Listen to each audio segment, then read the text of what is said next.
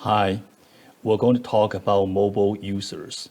Mobile users, you and me, mobile systems, that's mobile network, mobile manufacturer like AT&T, Ericsson, mobile carriers like AT&T and T-Mobile. There are many, many terms for mobile. As I mentioned before, if you are talking about IT, you have to talk about computer, mobile phone, and internet. Mobile phone is something new. Computer is something old. At first, we have computer. Later on, we hook up some computers. We want to share something. Then we come up with a network. Like for instance, in a classroom, we have 24 computers, one printer. We connect them together with cable, that's hardware, with software, that's Ethernet. Then we can share printer by 24 computer. That's called network. And internet is a kind of network. Phone network, mobile phone network, internet, they are all network. Talking about mobile phone users, well, I'll say we have mobile phone about 20 years. When I work with Ericsson, that was 1G, analog. Later on, that's 1.5G, digital. Then 2G, 3G, 4G. Now we are starting to use 5G. The difference is capability and capacity. Meaning the newer generation of mobile phone, they can give you more different applications. And that got lots of to do with your personal life. Say you have a 1G phone, what happened? You go camping, you're not going to have phone. There's no signal. You're in the city, yes, there's signal here. So that's 1G. And 2G, you got camping, yeah, you have signal. What can you do? You can call someone, someone else can call you. That's about it. 3G, you have camera function, you have other function. 4G, you have video taping functions and other functions. But mobile phone, we have a term called smartphone. So what is a smartphone or what is not a smartphone? That's internet. If your mobile phone have a data plan connecting to internet, that's smartphone. If your phone is not connecting to internet, it's not a smartphone. The term smart here tells us once your mobile phone connecting to internet, you can get tons of information. You get a lot of information, then based on the information, you can make a decision. Then you're smart. You know everything. If you have mobile phone not connecting to the internet, I ask you something, you cannot Google. There's no internet connection. Then you're not very smart. Smart here just means you have lots of info you can be used by you to make certain decisions. Okay? We have basic understanding of mobile phone users. Nowadays, I think you're using your mobile phone 24 hours a day. Who's going to wake you up? I guess maybe your mobile phone. You set up a clock. So, are you carrying a camera, digital camera? Most likely no. Why?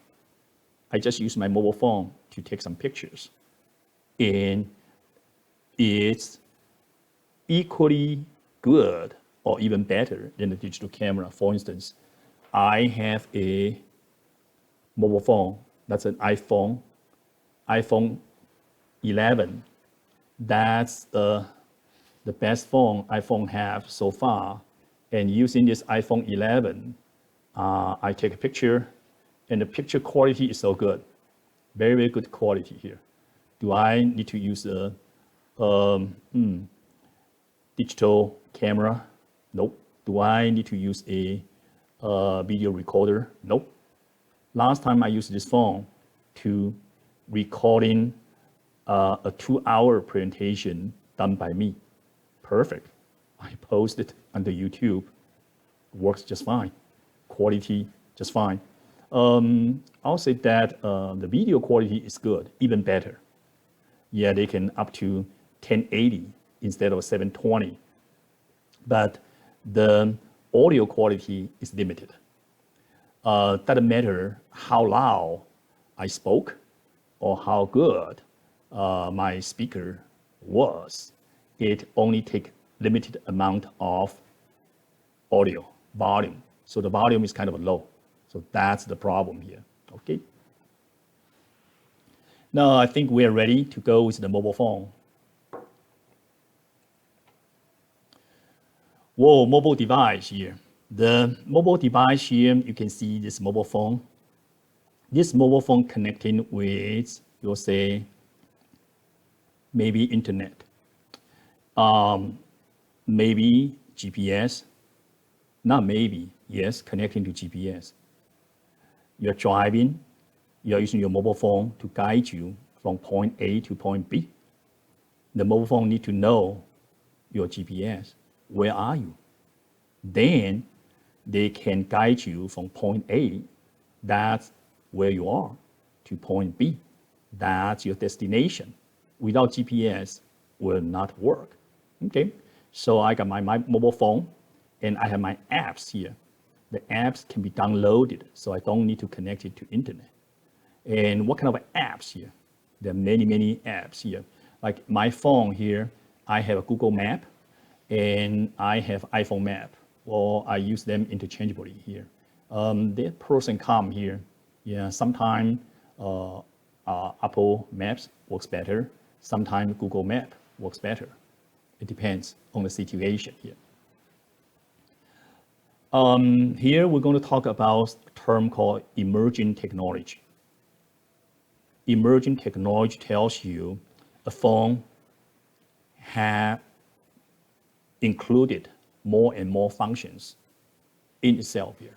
So that's called emerging technology. That's a new trend. Before that, I use a Garmin, G-A or M-M-I-N, something like that. That's a tool here, a different device. A small device I put in my car when I drive. Now I don't. I use my phone. My phone have the function.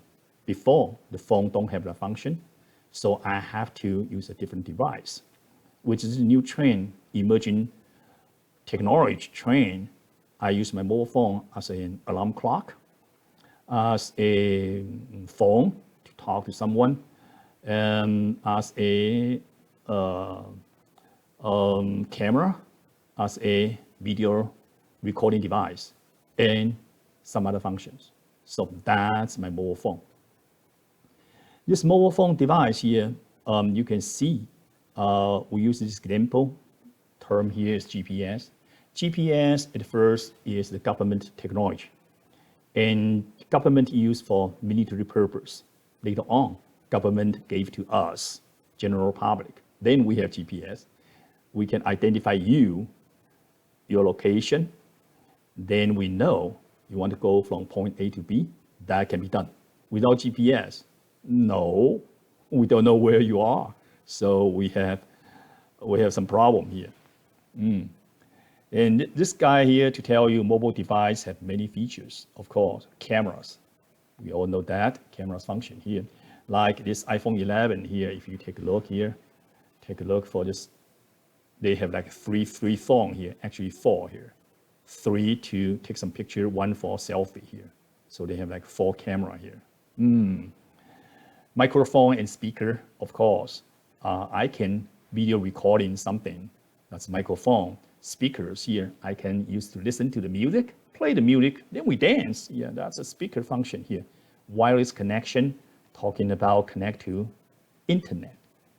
Internal sensors here, talking for example, GPS, that's some other functions they have. They know your location.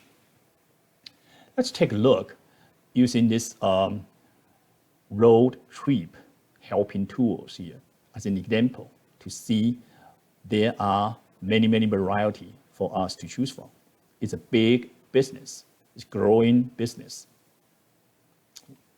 Showing you here is, they said that we have how many ways? 15 ways or 15 devices. You go outside, you want to use a map, not a paper map. Used to be, I use paper map called AAA. You subscribe, they give you maps here, maps here. Use a pencil here, and to do that. So I mean, you're driving, you're using your map. It's difficult nowadays. Use a mobile phone, and your mobile phone can talk to you.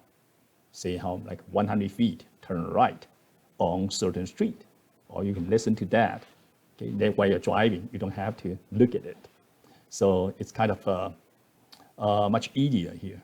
And Tesla, the new car here, kind of new, huh? Tesla, they have a big screen here, not like your mobile phone screen. They have like a distant, like a tablet or a computer screen in your car here. They show you. So if you want to see it, or you can see it clearly. Yeah, you're driving, you're peeping on that, it's fine. You're driving, you're peeping on your mobile phone, it's dangerous here. It's too small. Yeah. So you can use Instagram to see it. How about that? Thinking about as a social media, you can use that as for mapping purpose. DYRT. Okay. What else here we have? Think about how many tools have been used here.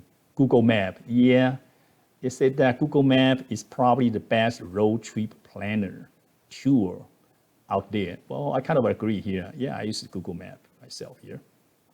Well, that's a problem. You go to website, they give you lots of ads here. Hey, okay. Yeah, so it's free, it's not free, huh? They force you to view a lot of ad here. Okay, Google Map is good. Google. And Google Road Trip Hack. Okay, that's another one here. Blogs here. They have some travel blogs you can use.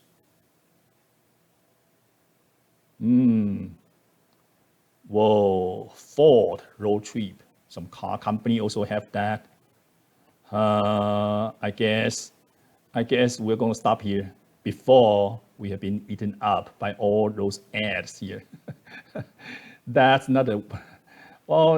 a very informative website, but it's kind of bad because they have too many ads. Yeah, so you keep looking at some ad here instead of looking at what you supposed to looking for. Tablet computer. You want to say this is not a computer. For your young ladies and gentlemen, you may not understand what's this tablet computer. Many old guys, baby boomers, they retire. What they need? They need a mobile phone and they need a tablet. Mobile phone is fine, but kind of too small. Tablet is big enough. Do they need a computer? No, they don't. They don't need a computer. They don't need like Word, PowerPoint software. They don't need that. They're not going to make up a PowerPoint software. They don't need to write a paper to give to them, their professor to grade it. So they don't. So computer for them is not needed. In this case, they use tablet, computer. Student typically don't use. So simply put, if you are not a heavy user of computers, like you retire, you may want to have a mobile phone and a tablet. And if you are a heavy user of computers, skip tablet. Go with a notebook. So what's the difference, notebook and tablet? Notebook, for instance, you can use they have some PowerPoint software. You can make a PowerPoint presentation. They have, it's bigger, heavier. They have DVD player. You can play DVD. So if you are retired, guess what? Using a mobile phone, number one. Number two, get yourself a tablet. Number three, get yourself a DVD or Bluetooth player. You want to view some movies, right? Some DVD movies. Tablet cannot do that. So that's pros and cons here. tablet is lighted, so you can carry it with you. I see a lot of people carrying the tablet, using the tablet to take a picture here. Yep, that's pros and cons. Smartphones. I think I have described what is smartphone to you. Don't know whoever create this term, smartphone. Smartphone is very simple.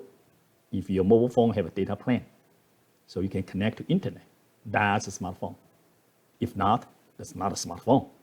So even you have a phone, you don't want to subscribe to data plan, then you use this very advanced phone in a less efficient function here. You only use a portion of the function. That's voice. I call someone, someone call me. You don't use the data function. Typically, we have three stuff here. One we call voice. Since 1900, we have phone created by, in the US, we say Mr. Bell. Mr. Bell created phone. In Sweden, I worked for a Swedish company called Ericsson for 4 years. They said that Mr. Ericsson created the phone. They created the phone at about the same time, apply for patents here. Yeah, I'll say about the same time in two totally different places here. People created phone. Talking about the smartphone, that's connecting to internet. So three, we call packets or traffics here. One is phone. Then later on, we have an email. That's data info here. Then later on, we have YouTube. Thinking about, we have phone, we have internet, email, we have YouTube. So what's YouTube? Using as an example, that's a video. Three traffic here. Traffic number one, voice. Traffic number two, data. That's like your email. Traffic number three, video, like your YouTube. You're viewing some films here. And how about number four, picture? Of course, you can consider picture as number four, or picture just a snapshot of video.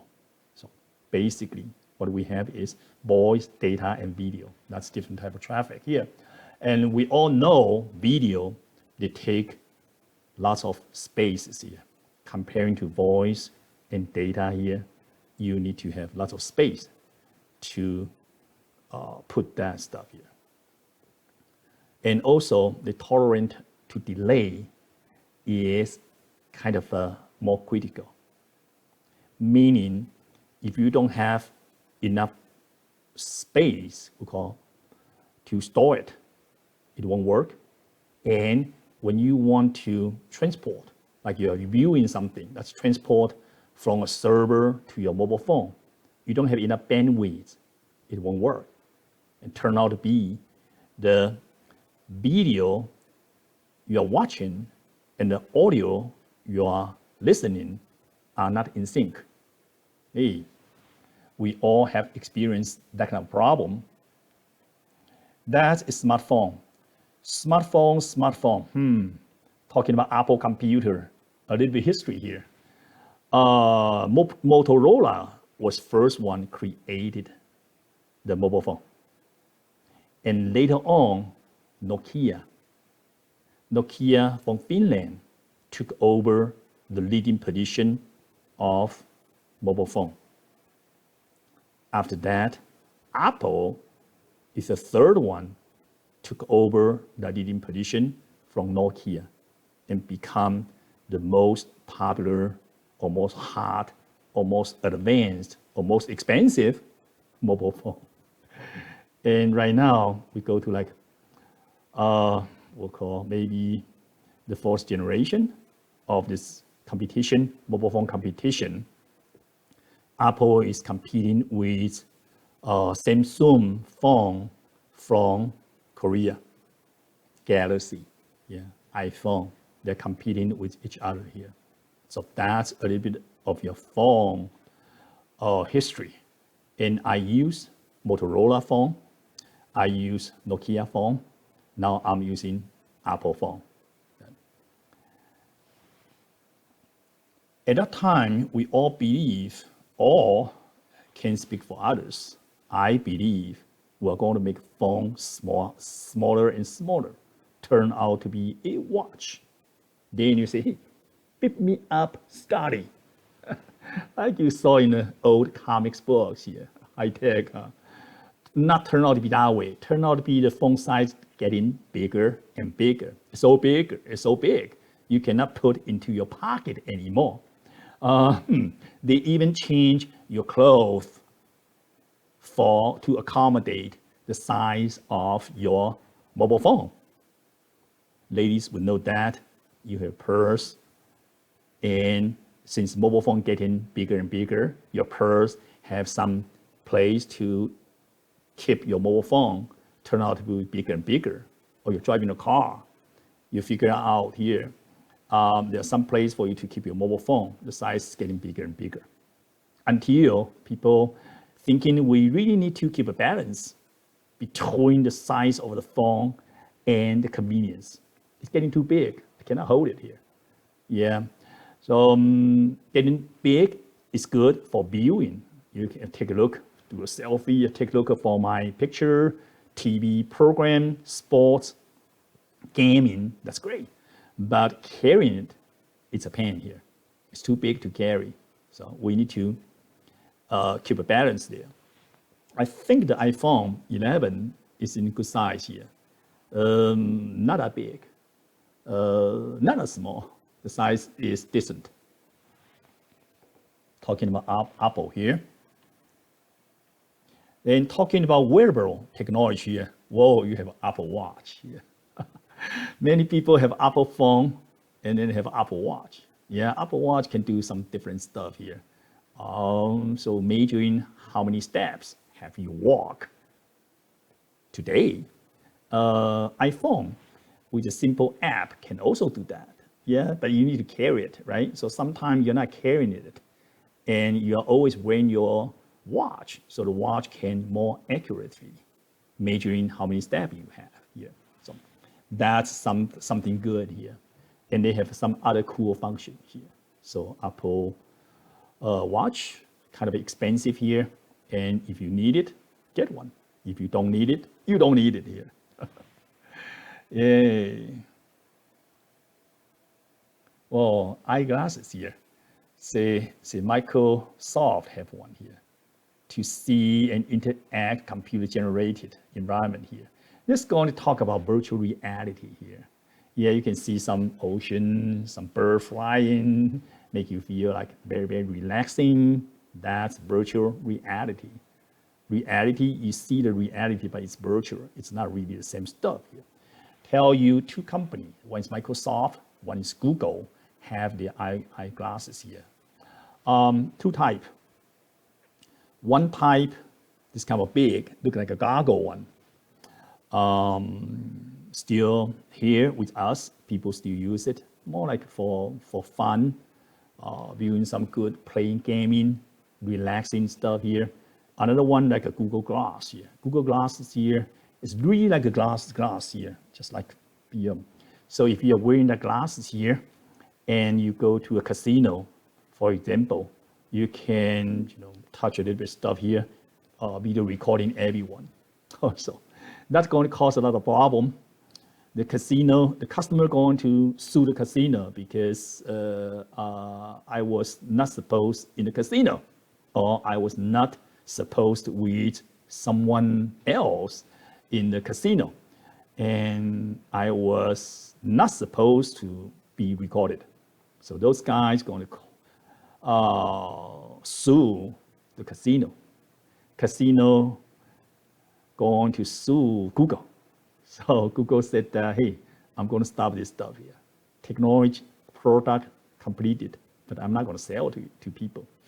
To avoiding lots of unnecessary or inevitable lawsuits here. So you're not going to see that kind of stuff here. Technology. Whenever we consider technology, we need to consider about the law, regulation, the culture, and privacy here. Privacy is very, very important here. You have your privacy, other people have your privacy. Have you got permission to video recording those strangers? I am a stranger to you. You want to video record me? I don't think so. I have my privacy here. I don't want you to video recording me, then put it up to YouTube for different purpose. No. Now, this is the classroom. I video recording myself. So we can all do this online learning. That's my job. That's a different purpose. When I go to casino, which, yes, when I go to Las Vegas for some conference, and after the conference, I go to the casino. I'm not a gambler, not at all. But I go there to see, hey, it's beautiful. It's so beautiful, huh? Man, it's so colorful. I don't want people to video recording me. That's called privacy. I got my privacy, hey. So people don't have 24 hours privacy. Depends on the time and location. In a classroom setup, in a class time, this is video recording. This belongs to the student, and I don't mind because it's going to be posted under YouTube. None my student, they want to view it. Well, feel free to do that. I mean, I'm talking about gaming, in general. I'm talking about computer in general here. I'm willing to share with you. I'm not going to charge you, it's free. So that's something like that here, it's different. Google Glass here is a good example to show you what's happening. Well, okay, talking about virtual reality, right? Yeah, we talk about virtual reality here. Yeah, we're going to see more and more. Right now, the goggle size of virtual reality is kind of heavy here and limited here. I think we're going to see a lot of improvement. This is going to be good to a certain extent to your mental health here. Make you feel happy, make you relax here. But pros and cons, if you go with other extreme, make you not living in the real world. That will be bad. I mean, you prefer to live in a virtual reality world too long, then you cannot live in a world happily. That would be a problem here. Oh, okay. So now we see here, technology is not like all good, no evil here.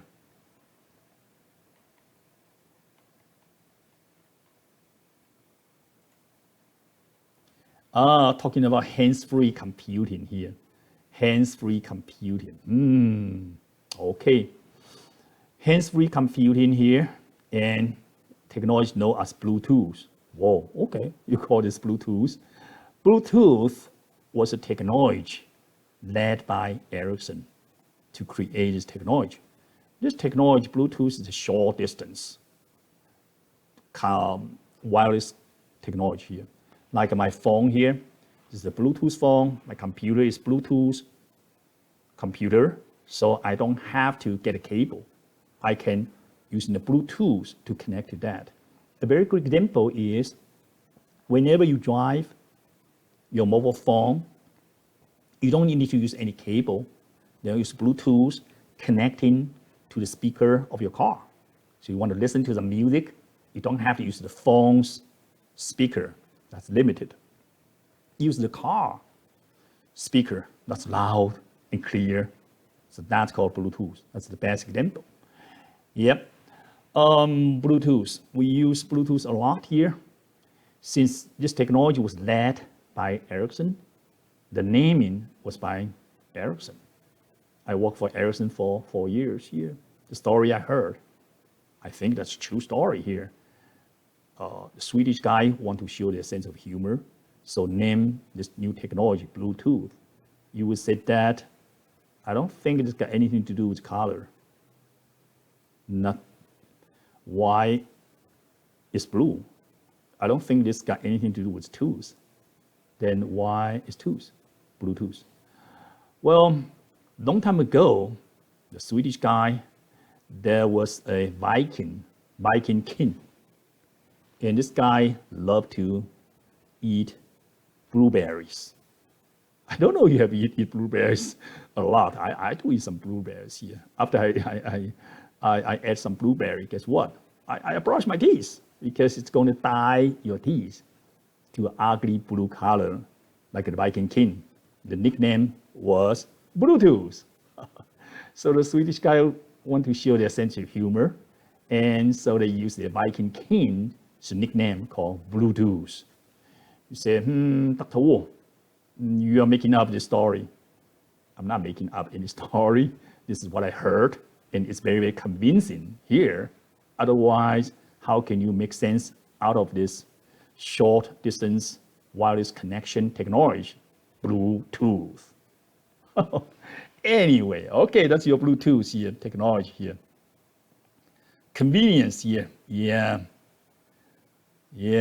like they have some, this is the convenience here, they're talking about using Google's Assistant. They are talking about, or Apple's Siri here, yeah. They're talking about a computer is going to help you with some info. Oh, yeah, we always use computer to help us. Now the computer is getting smarter and smarter. So the computer want to help you to monitoring what you're doing. And when you get confused, if you do the same routine for 10 times and 11 times, you get confused, you don't know how to do it. Those tools are wise enough to tell you, hey, are you going to try this instead of that? So that's the stuff here. And those tools here on screen, as I showing you, this is the car here, look like a car, yeah. This screen, the Tesla make it real big, like a tablet.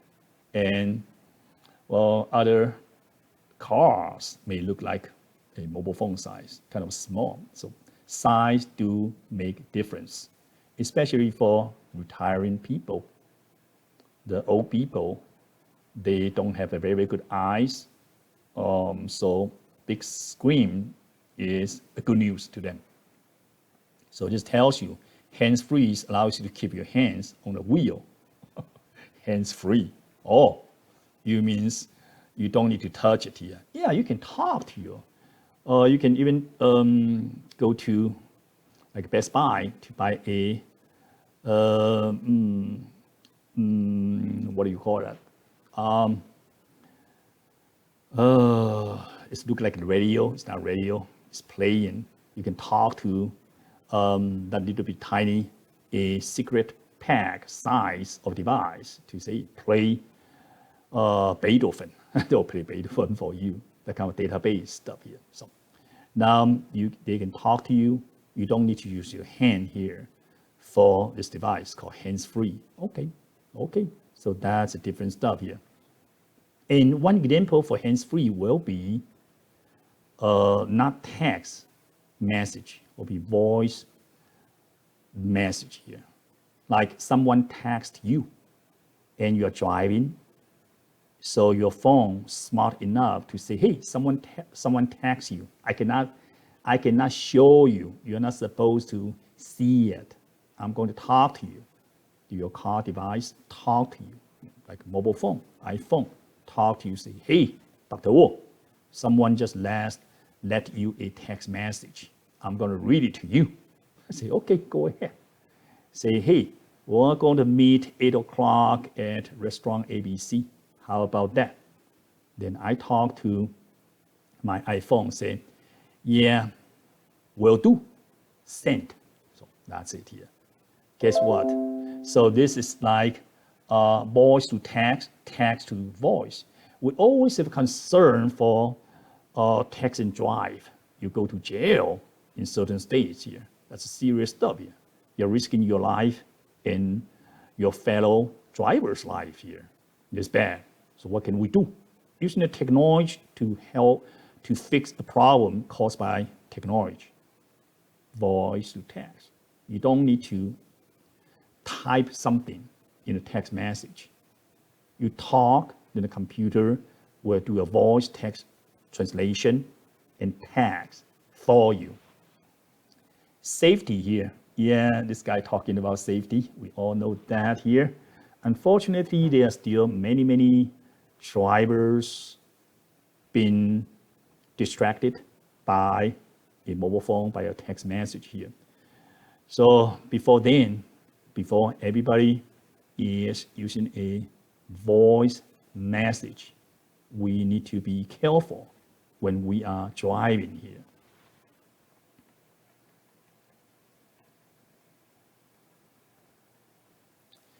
Talking about safety and courtesy here. Well, this guy just talking about if your mobile phone drop, what's going to happen? It's going to cost you a fortune to get your new one here. So don't drop your mobile phone. Hey, so that's the best you can do. Okay. Anyway, so device supposed to be a protective case. Yeah, right.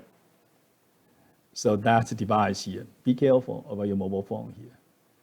And I saw some people here, they're working, so they put their mobile phone on the floor. Later on, they walk over, step on their mobile phone. What happened? You know all the story here, drop it when you're taking a bath here. So that's mobile phone stuff. But be careful, nothing else we can do.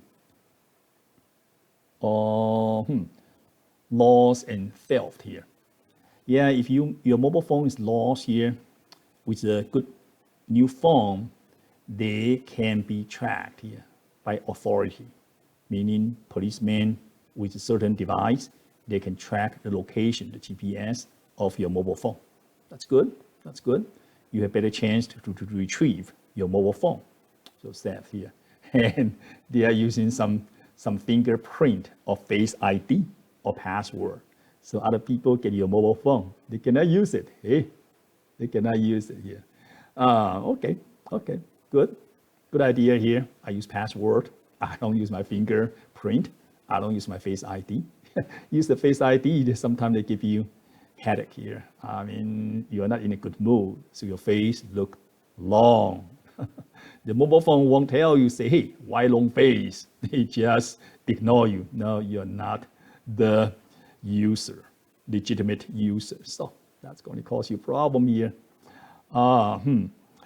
And with all those protection, preventing a non-legitimate user to use your mobile phone, we need to consider a problem here. The problem here is called emergency phone call, 911.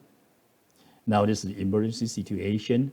You want to call 911 and you really want to press one button, then that's 911. You don't want to go through all those check-in. When you want to call 911, you have Face ID. I don't think your face would look like the time you recorded your face. Your face look panicking. Mobile phone may not know that's you. And you also need to use your fingerprint, and you also use the password. What are we talking about? We're talking emergency. You don't have time to do that. You are worried a lot. So you may not be able to do that. Guess what? Mobile phone like iPhone here, just the iPhone here, right? Locked with password here. Says that, right? Locked. So I just swipe up here. See here? This corner here. This corner here. This corner here says, sorry. This corner here says emergency. I just press that, go to 911. The phone is locked. Yes. I need to use the password to open it up. Yes. And no. For 911 phone call, you don't have to. It's there. So, Dr. Wu, that's me. I have a patent for that. And that patent talking about 911 phone call. When that is a problem, you don't have to do anything. They don't need to check the phone is lost, been stolen, didn't pay their subscription fee, haven't entered the password, haven't passed the Face ID check, haven't passed the fingerprint check. All those go away. If I want to dial 911, I pick up any phone, somebody else's phone, I should be able to dial 911. So I have a patent for that, and some phone have that. Yeah. I'm not saying that that's purely my patents here. Maybe, maybe not here, because they can do some other patents together to make this happen. But that's 911 phone call. Well, maybe I can show you if you want to see it. Want to see it? Let me try a little bit here. So I go to USPTO, United States Patent and Trademark Office. That's government office. Let's see. And okay, patent search. Patent search. Whoa, this is not one. This is not that one here. Start my patent search. Okay, we'll see. We'll see if this is the one here. This is not USP. You see here, they want you to sign in. This is not the government side here. Yeah. You think they look like they are. No, they are not. They are not government side here. So that's a problem. They want you to log in and something. This is the government side. Unfortunately, there are some people doing something like that. Now, I come to the USPTO government side here. Let me see here. Patent. Okay. So go to patents first. Patent Center. They keep changing their website to make it not that user friendly. Let's see. So patents here, go to patents here, get started here. Patent basics here. Let me see. Search for patent. Okay. Yeah, search for patent here. Now I'm going to search for patent here. Quick search. Okay. Oh, term 1. I'll type in my name here, Dr. Wu. In field 1, I am the inventor. Abstract here. Let me see here. Do I have an inventor here? Oh, inventor name. And I'm going to do a search. Yo, here you go. In 1, 2, 3, 4, 5, which one is that I'm talking about?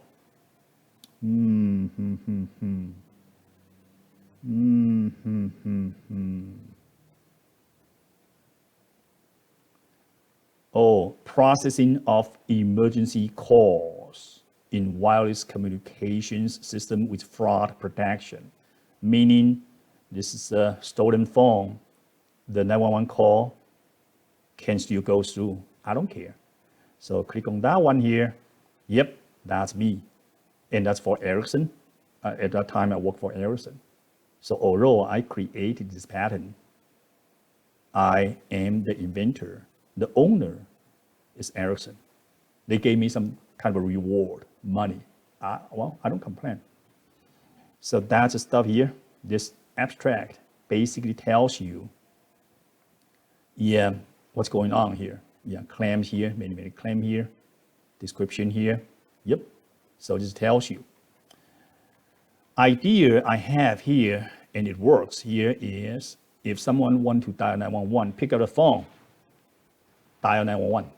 No questions asked. Yep. Good. Come back here talking about, here only we talk about loss. You lost your phone. You don't want the bad guy to use it here. Well, you want to get it back, or at least you don't want the bad guy to use it. Okay. Yeah, I understand. You want to protect your privacy with a Face ID, with a fingerprint, with password, understand? But when you want to dial 911, you don't want those privacy checks here.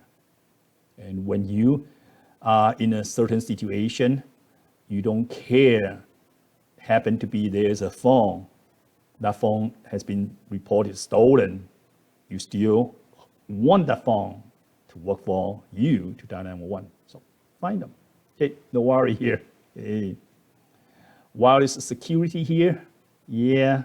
Thinking of mobile phone just like a computer device here. So if your computer can get virus, your mobile phone can get virus.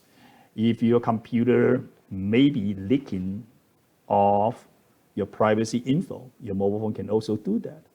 Step number one, maybe something is so private to you, you don't really want to put it in your computer, which is connecting to internet. You don't really want to put it in your mobile phone, which is connecting to internet. Once connecting to internet, it's a war zone. It's a jungle. They got lions there. They got bad guys there, bandits there. They can steal your info for use in a way you don't like it. You don't like it. For example, they get your money account information, withdraw your money, and spend your money for you. No, that's bad news here. New social challenge here. We all know that, yeah. People get together. Oh man, that's the stuff here. That's terrible stuff here.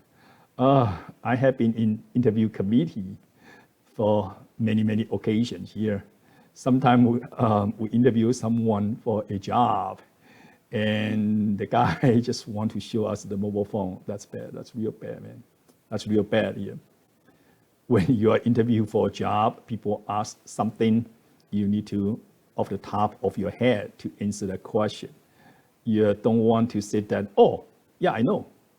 Then Google in your mobile phone and show whatever you found, your Google result, to the interviewer. It only tells them that you know how to Google.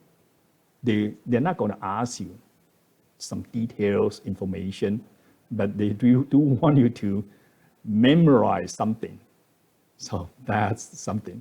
And in here, yeah, I know, cause some family feud, some lots of problem. People ignore me, keep using their mobile phone. Yeah, it's something like that here. I know. Yep. Well, computer or computing in new ways here. Location-based service. Yep. With the GPS, we know your location. So there are many location-based service here session. They give you one example. Say, if I go to the mall to do some window shopping, or no, actually buy something a lot, and I go to this mall. I think in Dallas we have a Gallery Mall. Yep, go there. They have Macy. Okay, go there and buy something. Later on, if Macy going to have a big sale, and based on my profile, says my GPS location is very closer, very close, or even I am physically in the mall. Would that be a good idea for Macy to send me a email, text message to tell me, hey, guys, we have 1 day sale only for today, and you are so close by. Would you like to come over and take a look? I'll say, that's good. That's not really a soliciting call. Soliciting call, yeah, it's not sales call, not equal. Soliciting call means it's a sales call, you don't need it. Okay, that's good. Now, if I am in Vegas for a conference, my location is in Vegas, and this store in Dallas still send me a text message, say, we have this 1 day sale in this Dallas store, and you are our valued customer. If I am your valued customer, don't annoy me. I am in Vegas. So that's a location base. Using the example, I think you will know that's try to get rid of some soliciting, annoying, unneeded sales call. So that can help us. So this is location-based service here. Real-time information. Yep, you're driving. You need to make a right turn or left turn. You need real-time information. Cannot be delayed, not in 1 second. Have to be real-time. I need it now. So that's like Google Maps stuff, real-time information. We all know that. And with more and more use of real-time information, sometimes people are lack of patience. Sometimes people talk to you, they want to answer right away. Well, but you may need to think about it. They don't want to wait. Well, people may treat you like a real-time device, like a Google Map, right? No, you don't. So that's some problem. And some question may have a complex answers. People are lack of patience to let you explain. They want you to keep it simple. It's not really keep it simple. Make it simple, which you cannot. You cannot make a very complex info to very, very simple. You're losing too much of details here. It's dangerous to use those information to make a decision. So this tells us the real-time computer devices sometimes will misguide us to a wrong track. We are thinking about everything, supposed to have a short answer. Lots of time people ask me, can I ask you a short question? Which may imply they want me to answer right away and want me to give them a very black and white, that kind of answer. But it's very difficult. It's very difficult. So sometimes I have a colleague, whenever people ask him, can I ask you a quick question? That guy just say no. I say, hey, isn't that rude for you to say no, for people to ask you a question? Well, he kind of offended by this type of asking. Say, can I ask you a quick question? He like people to ask you, well, something I don't understand. Could I ask you? Do you have time? That kind of a way of answer. Well, anyway. So that's to tell us here, we are using too much of computers here. Don't treat people like a computer. They are human beings here. Crowdsourcing here. Okay. Mobile payment here. Yeah, mobile payment here is good here. Good and bad here. Technology always like that, most likely. Good and bad here. You're going to use your mobile phone to pay it here. But that's true. If the mobile phone account is controlled by the mobile phone company or even by a government, then the government or mobile phone company block your account, your money. If that is the only way you can use your bank account money, you are in big trouble. If you have other way, that's cool. So be careful. This is too convenient. You use a lot, or you lost your phone. You're going to buy a new phone. That takes some time. Then with this period of time, you cannot use your money. So you need to find an option. There's one way I use my credit card account. Another way I can use it.